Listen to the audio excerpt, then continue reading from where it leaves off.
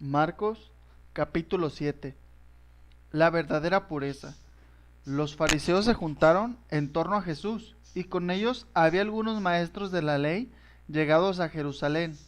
Esta gente se fijó en que algunos de los discípulos de Jesús tomaban su comida con manos impuras, es decir, sin haberse lavado antes, porque los fariseos, al igual que el resto de los judíos, están aferrados a la tradición de sus mayores y no comen nunca sin haberse lavado cuidadosamente las manos. Tampoco comen nada al volver del mercado sin antes cumplir con estas purificaciones. Y son muchas las tradiciones que deben observar, como la purificación de vasos, jarras y bandejas.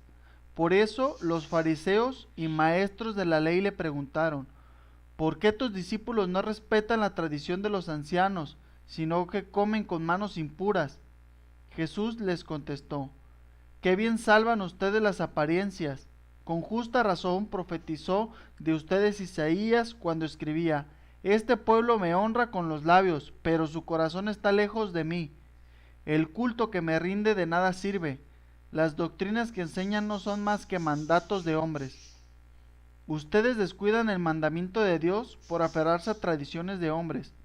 Y Jesús añadió: ustedes dejan tranquilamente a un lado el mandato de Dios para imponer su propia tradición.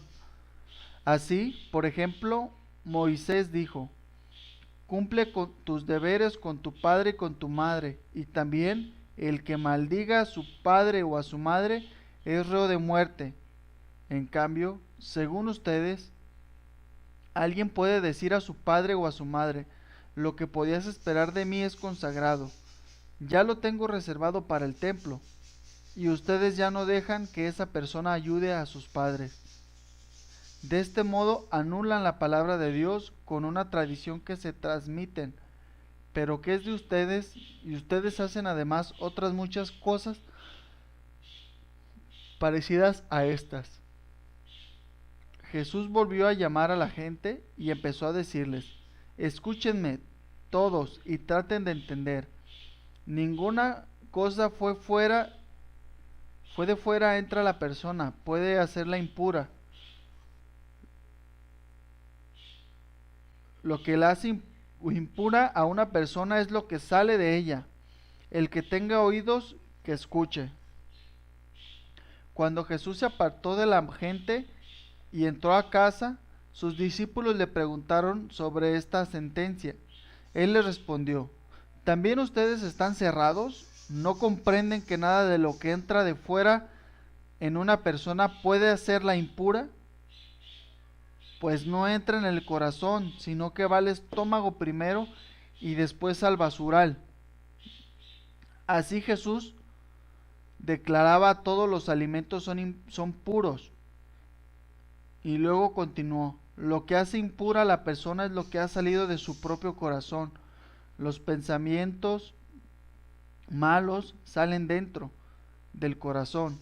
De ahí procede la inmoralidad sexual, robos, asesinatos, infidelidad matrimonial, codicia, maldad, vida viciosa, envidia, injuria, orgullo y falta de sentido moral. Todas estas maldades salen dentro de él y hacen impura a la persona. Jesús sana a la hija de una extranjera. Jesús decidió irse hacia las tierras de Tiro. Entró en una casa y su intención era que nadie lo supiera, pero no logró pasar inadvertido una mujer cuya hija estaba en poder de un espíritu malo. Se entregó de su venida y fue enseguida a arrodillarse a sus pies. Esta mujer era de habla griega y de raza sirofenicia, y pidió a Jesús que echara al demonio de su hija. Jesús le dijo: espera que se sacien los hijos primero, pues no está bien tomar el pan de los hijos para echárselos a los perritos. Pero ella le respondió: Señor, los perritos bajo la mesa comen las migajas que dejan caer los hijos.